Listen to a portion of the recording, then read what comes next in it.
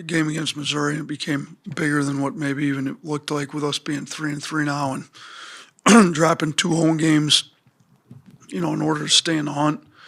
We're going to have to go ahead and win some games here that, we got 4 games in a row. All 4 of the teams are ahead of us in the SEC rankings. So we've got the first one at home, and we got to be locked in. We got to do better. I mean, we went to their place last year and got drilled. We had a terrible start. Anticipating us having a better start. We need to get healthy.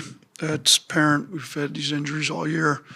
Holloway was able to practice today, provided there's no setbacks. I anticipate him playing tomorrow. Mari did not practice, so my guess would be he's doubtful. But we'll see what he feels like in the morning. So that's the injury status.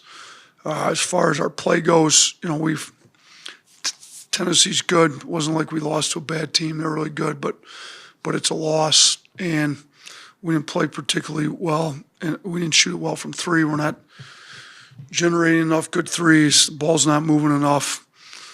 We've got to do a better job getting the ball moving, sharing it, not relying so much on LeBaron to be the only guy handling it, creating plays. We got to have other guys able to create some offense for us too. So, thought Trelly looked pretty good in practice today. Be good if we could get him. I thought he had a great start to the game. We got to then continue to allow him to help create offense for us as well. But as far as Missouri goes, I mean, Mark Mitchell killed us last year at 31 on us at their place. Kind of everybody played well for them, and nobody really played well for us. But they've got shooting on the perimeter. I think Steven told me, only team in the nation to have 3 guys shooting over 40% that all make at least 2 a game. So, they've got multiple shooters you got to be super aware of. And Stone, Cruz, Northweather, and they're defensively, they've been pretty good. They're good, and they seem to win close games. They find a way to win a close game. So, we got to try to do our best to, play every possession and try to build some type of lead. But if it is close, which they've, most of the games have been close, we have quite a few close games too. The SEC has more close games than any other high major conference. We're going to have to execute a little bit better late in the game. That's what we were working on, some of our end-of-game situation stuff. So, and they've done a good job of it, and they've been fortunate to win some tight games. So we got to be ready if it is close at the end to make the correct decisions. Yeah, Coach, you guys haven't lost more than 3 home games since your first season. Just how frustrating, concerning, or what is that for you guys to be dropping these games at home? Yeah, we've lost 3 already. Is that correct? Purdue and then the 2 in conference. Yeah, it's not good. I mean, we home, road, whatever it is, losses aren't fun, and our crowd's been great. We've got, our first year here, we obviously didn't have the home crowd that we've got now. I mean, it's sold out pretty much every game. It's not like for a lack of fan support that we're not playing well at home. I think our fans have been great. Student section's packed. We got to play better. We got to lock into defensive end. We're not consistent with our defensive focus and effort. Offensively, we've gone through too many dry spells. I mean, you go back and watch the end of that last game against Tennessee, 77-70. And they didn't score a point for, I think it was maybe 4:11 to go in the game. They didn't score until we had to intentionally foul them with like 19 seconds to go in the game. So our defense, after having some bad spells, particularly the beginning of the second half and so some other parts of the second half, our defense held up for the last 4 minutes.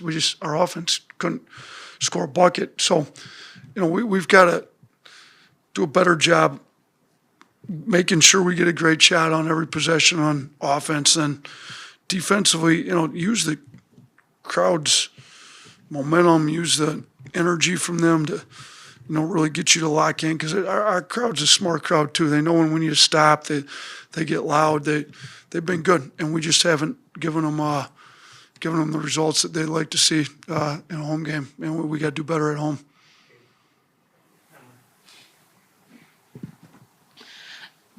Coach, if you get Charles Bediako back tomorrow, would you say that, whether or not you get Charles Bediako back tomorrow, would you say that this whole process has been worth it? Yeah, 100%. Everywhere I've been, and going back to my high school days, I'm going to do right by my players in every single situation as long as they didn't do anything wrong. Charles has done nothing wrong. Charles and his agent and his attorneys have seen what's gone on in the landscape of college basketball and all the former pros that are playing. Just about everybody we play's got one. And they've seen who the NCAA is allowed to be eligible, and they didn't see any reason why Charles won't be eligible, and I agree with them. So, yeah, I no matter what all the talking heads saying, I really don't really pay attention to it. I'm trying to focus on our team winning, but yeah, when they came to me and they wanted to get him eligible, and I agreed with their reasoning, the whole thing, I will stand by our guys every single time, no matter what the outside says, when they've done nothing wrong. And Charles has done everything right. He's eligible to play, and he's going to continue to play as long as he's eligible to play.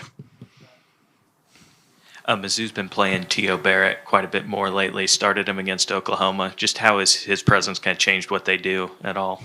Yeah, I think he played with LeBaron at Link Prep.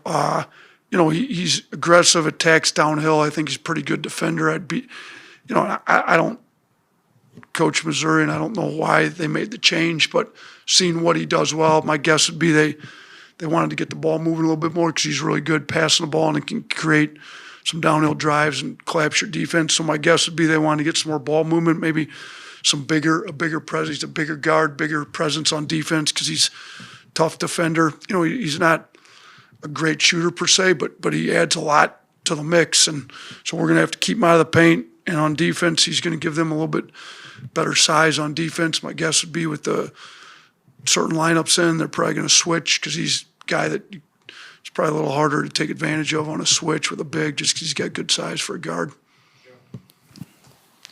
Coach, just to reiterate Emily's question, is it your expectation for tomorrow's hearing to go in Charles' favor? Yeah, I mean, that's not – I don't really know. I would think so based on, what's been presented to me on why they think he should be eligible. I think he should be eligible. So I would assume a judge would, but I'm not an attorney, judge. I don't have a legal background. So, I don't – we're going to – what I have been told is that they both sides maybe present their cases. I don't know if tomorrow they actually have to get a ruling from what I understand. I think it may or may not come tomorrow. I'm not sure. We haven't really seen it this season, but just what do you think the potential of this team is once you get fully healthy? Yeah, I mean, our potential's really high. We've seen some of the better teams in the country. We played Purdue. We played Illinois. Illinois just went and got a win at Purdue. It was a huge win without Boswell. Played Gonzaga. It's one of the better teams. I think we can compete with every last one of those teams. Obviously we played Arizona. That didn't go great, but we were in that one for 25 minutes or so. I think if we get everybody healthy and we play to our full capability, we can compete with anybody in the country. Now, we haven't been healthy all year. We still don't have our full allotment of guys, so that's a big if. But even if we don't, we put 5 guys on the floor Saturday. Tennessee put 5 guys on the floor. Our 5 guys we put on the floor were good enough to get the win.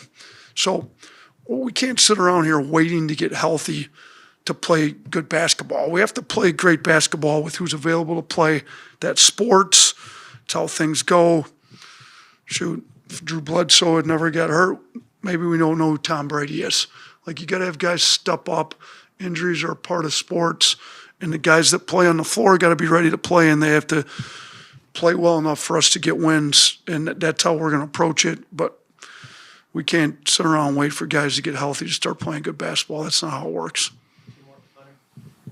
Yeah, you mentioned Mark Mitchell in your opener. Aiden Sherrill only played 6 minutes last season. Just kind of what's the message to him this year?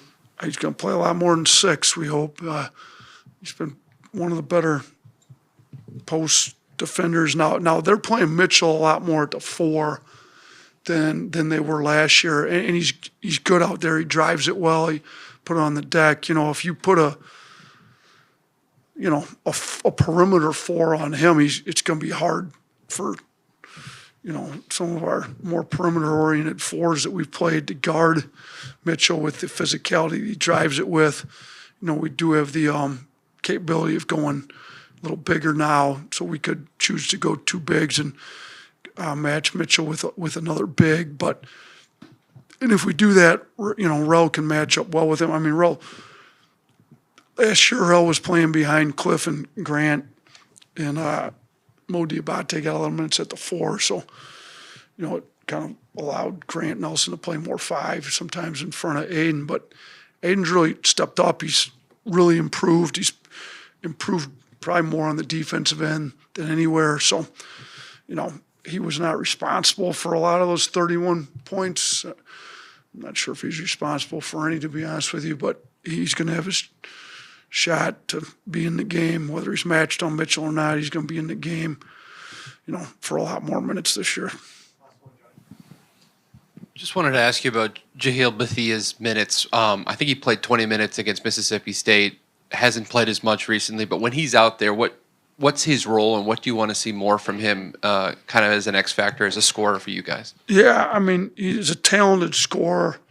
Needs to stay locked into the defensive end on every possession, much better. And then on offense, he's kind of got to take care of the ball. Like, I'd honestly be happier if he shot it more.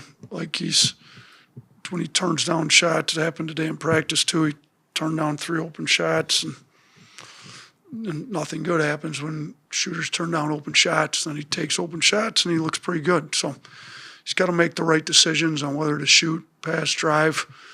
He's a great shooter. He needs to shoot every time he's open. But really, the bigger issue is he needs to stay locked in on the defensive end for us. And he's talented. We know that. When we were at Mississippi State, our numbers were down. We basically had 8 guys that could play, and we needed him to step up, and he stepped up, played pretty well. Last game against Tennessee, they had they had 4 real bigs that were big, and we were able to, add Charles to the mix and play a little bigger, and then move London and Taylor to playing more 3, which then we also had Trelly back against Tennessee. We didn't have him against Mississippi State. So now you've got Trelly playing 2, Houston playing more 2. It just kind of everybody slid up and we're a little bit bigger. It's what happened against Tennessee Saturday. So, all right. Thanks, guys.